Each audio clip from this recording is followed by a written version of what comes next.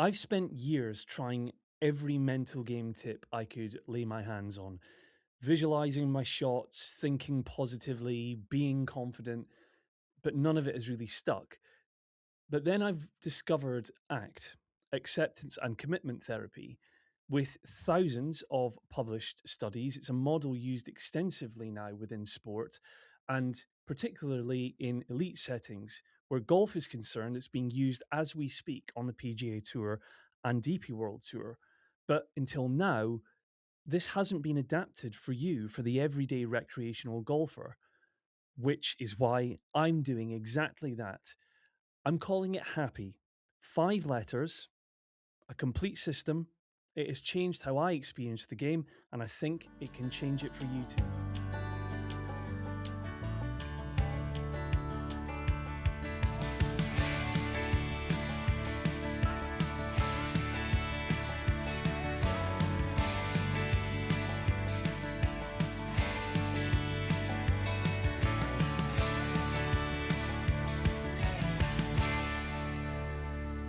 Hey everyone, welcome back to our latest episode with me, Kris Lynch, your founder, and also maybe think of me as like your golf happiness coach. And any good coach ultimately needs a framework. So today's episode is going to be about 3 things. It's going to be firstly about introducing the happy framework. It's secondly going to be about deep diving on the A for acceptance in the happy framework. And then thirdly, I'm going to tell you a bit more about who it's for, and hopefully that's you. It talks to you and it's something that you are interested in and feel that it could help you. And to be part of this movement that is building and gathering pace now, as I've mentioned in previous episodes, I'm going to tell you again about our big launch, which is coming on Wednesday, the 1st of April, 2026. We are designing and going to be launching a golf community that is for recreational, average golfers who really adore the game, love the game, but often leave the golf course feeling more frustrated than they did when they first set foot on it. So, if that sounds like a community that you'd like to be a part of, all shall be revealed on the 1st of April 2026. We'll be releasing a podcast episode to do the big reveal, but before that, make sure you're subscribed right here so that you don't miss that when it's released. So let's dive in and let's firstly unpack this happy framework that I mentioned. And in order for me to do that, I'm going to quickly try and give you an overview of the engine that sits at the center of the happy framework. So, in that introduction, I briefly mentioned acceptance and commitment therapy. Now, I am not a therapist, I am a coach. And this model that I have found and will be using to work with you and to support this community will be used in a coaching context. So it is called ACT as a model, is the psychological model that was developed by a guy called Stephen Hayes. But for the purposes of the happy framework, it's AC, it's ACC. So acceptance and commitment coaching is really how I'm then taking that and putting it at the core of the happy framework. And basically, this psychological model is one which is uh, relatively newer as compared with more traditional psychology models. And we can say this about acceptance and commitment. Basically, as a model, what it holds as a core belief and principle is that we as human beings should not run away from difficult thoughts, feelings, and emotions. Rather, we should lean into them, discover what we can learn about ourselves in the process, and actually develop tools to deal with those feelings, help manage them, not necessarily to remove them, but to help manage them and to take some of the sting out of those and help us move towards a better version of ourselves, basically, and a happier version of ourselves, critically. So that's one thing to think about. And you then contrast that with traditional psychology. And again, if you're thinking about that in the context of sports psychology or maybe golf psychology, often traditional psychological approaches take the approach which says we want to eliminate negative feelings. We want to try, to try and help you perform as well as you can under pressure. The key difference with this model is that, like I said, it's not eliminating those feelings. This is actually saying that that's actually not particularly helpful. By trying to just push it down like whack-a-mole, it's just going to keep rearing its head again unless we do something about it. So that's something to consider. The other thing I want to say about where happiness is concerned, and why I've then taken this psychology model and then uh, put this happy wrapper around it, is to say that its version of happiness is not gained by fleeting moments of joy, such as draining a long birdie putt or breaking 90 for the first time, that is arrived at by living and playing a game of golf that is values led, and that fundamentally looks at why you play golf, what you want to get out of golf, understand your relationship with golf, so that you are in a more informed and better position to enjoy it and get from the game what you want to. If I just briefly give you an introduction to the five components, the five letters, the HAPPY, first of all, we've got habits. Okay, so habits are typically defined as automatic behavior patterns, I suppose, that we engage in and we indulge in almost without thinking. It's our go to course of action in any given situation. And so, what I want to do in working with you, everyday golfers, is to firstly help you almost take an audit of your current and existing habit patterns in your game of golf. So, I'm not so much talking about um, and as I've explained before, this is not about the technical side of golf, so like your swing habits. This is more about your mental habits more than anything. So I'm looking at things like, how do you talk to yourself before, during, and after a round of golf? What is the mental outlook and approach that you take? And what do you believe about yourself in terms of your game of golf? So if we establish a view and a picture of what your current habits are in the as is current state, that will then help us to strive towards and identify what's the future state in terms of habits, the healthy habits that you want to identify, design, and implement in your golf life versus the unhelpful and hindering habits that you possess at the moment. So that's the H. The A is for acceptance. And a little bit later on, after this section of the podcast, I'm going to lift the hood, pop the trunk a bit, and go beneath the surface on acceptance a good bit more. But just for now, I want you to think of this idea of acceptance simply as saying we need to be able to accept that golf is a hard game and golf is therefore going to generate feelings of frustration, and it's going to bring up difficult feelings and emotions.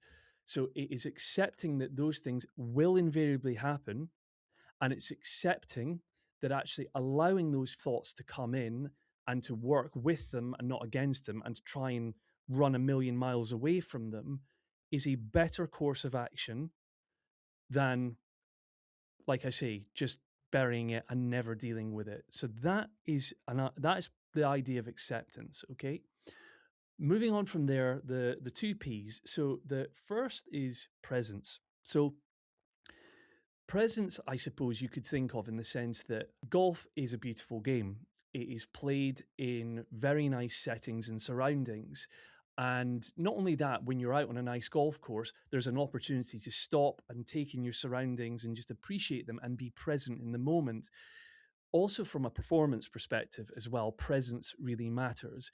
Being present in the moment and playing one shot with one swing at a time also has a lot of value. And ultimately, it is, in my experience, something which a lot of golfers at all levels really struggle to be present. And actually, let's face it, the world that we live in today, it's incredibly difficult to be present with all the multiple different technological distractions that we've got going on trying to steal our attention. Some of those show up on the golf course, like using your phone, for example. So that's to contextualize and bring in this idea of presence. The second P is on purpose. So, very simply, I want us to be looking together at, again, at the top headline level is what is the purpose of golf for you? Why do you play golf? What do you want to achieve from playing golf? Is that to be competitive? Is it to be social? Is it to just simply participate? It could be it it could be all manner of different things. So it's identifying your why really for playing golf in the first place, but then bringing it down to like that's the macro level. Bringing it to a micro level, we want to, on an ongoing basis, identify, why are we playing this specific round of golf, and what do we want to achieve from a particular round that we play, or a particular competition that we play, or in a certain scenario or group of people that we're playing with. What's the purpose of that? Because being clear on that is going to go a long way to introducing the why, which stands for your call to action. I mentioned before that acceptance and commitment coaching, the word commitment there is so critical, because basically what we're trying to say is you need to take action, and you need to do that in a committed way in order to achieve your goals in golf and achieve the results and the outcomes that you want to in golf. Because none of the previous four HAPP and the work that we do there becomes possible without then turning that into a plan of action. So that is a short overview for you of the happy framework. Let's move on now and go a bit deeper on acceptance. When I first took up golf, I was given a 28 handicap, which truthfully was quite generous, but it was the maximum you could get for a male golfer at the time. And I desperately wanted to get to 27, just in the hope that I'd feel better about myself and that playing partners and members would accept me. Yet I've since learned that that was a deeply flawed logic. Acceptance for me today is much more about being comfortable with my current playing ability, accepting that it won't necessarily be that way forever, and that my worth in golf doesn't need to be defined by my handicap.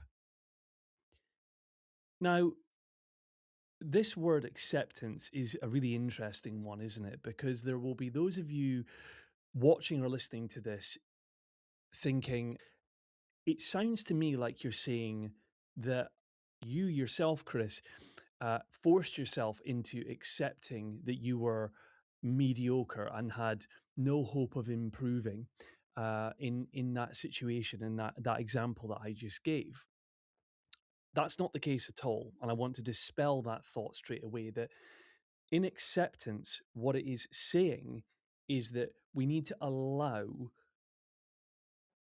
difficult thoughts to rise to the surface, see them for what they are, and use them as fuel to help us get to where we want to go, to help us achieve our goals. It's saying that we should have a willingness, for another word, to acknowledge that things are not as we would like them to be right now. And crucially, don't just try and ignore that difficult feeling. Today, I'm a 20.7 on the WHS. I am still average today, as I was then. Yes, my handicap has come down quite a bit, but I have got to a point now where I have just accepted that is where it is right now. My reality today is that I'm not playing in often enough. I'm not playing in competitive formats, and I don't have the time with a young family and kids to be getting out playing as much as I would like to or need to get my handicap down, whether that's competitively or in general play. So I have had to accept that. The difference in me today is I know that I play golf.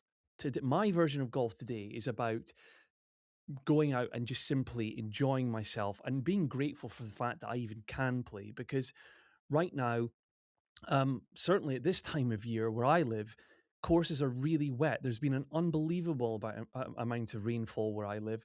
And there's another thing where acceptance can creep in. It's when you're playing winter golf, especially in parts of the world where the courses are boggy and muddy, that golf's hard enough as it is. Add extra layers of difficulty when you're hitting balls, mud balls. So again, I had to the other day when I went out and played accept that actually the chances of me playing good golf that day were slim because the conditions just didn't really allow for it. So that's how I want to help you understand acceptance. I found that most golf psychology tends to be built and is intended for the elite, for the top 5% who compete at elite levels. But if you play once or twice a month, you shoot in the 90s or the 100s, if you just want to enjoy your Saturday round without hating yourself by the seventh hole, it's not more mental toughness you need, it's a different relationship with the game that you need. And that is who the happy framework is for. It's for you, the 95%, not the 5%. So, with that being said, and if you've been sitting there watching or listening through to this and thinking, yeah, that's me, I need a bit more happiness in my golf life, and you think the happy framework is for you, I'm going to give you just one last final call to action to subscribe to our channel.